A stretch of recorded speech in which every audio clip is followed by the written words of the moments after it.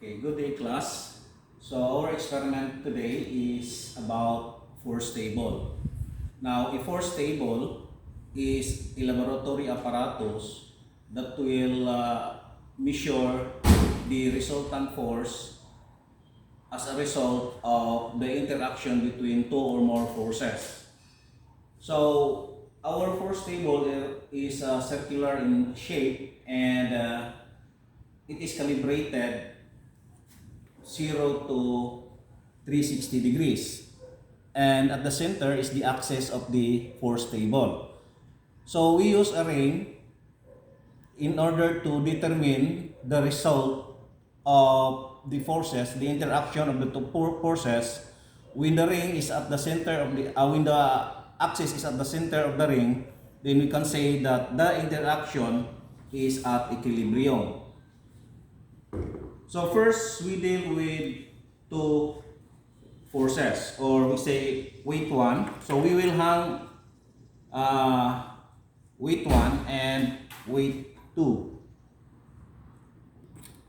as our two forces, F1 and F2.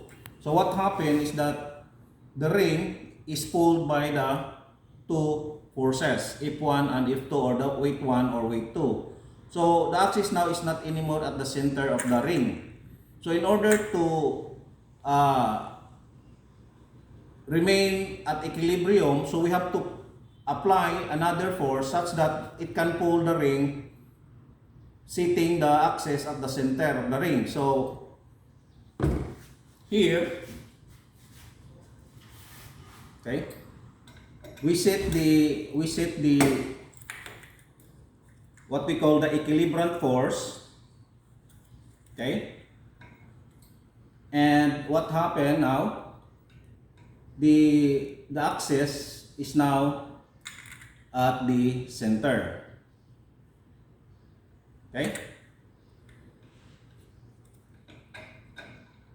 You have to make some adjustment during your experiment.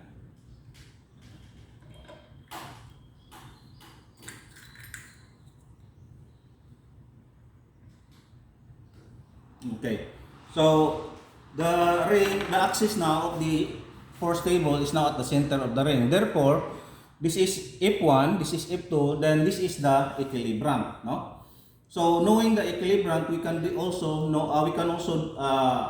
determine the resultant, because as defined, equilibrant is a force equal in magnitude with the resultant but opposite in direction.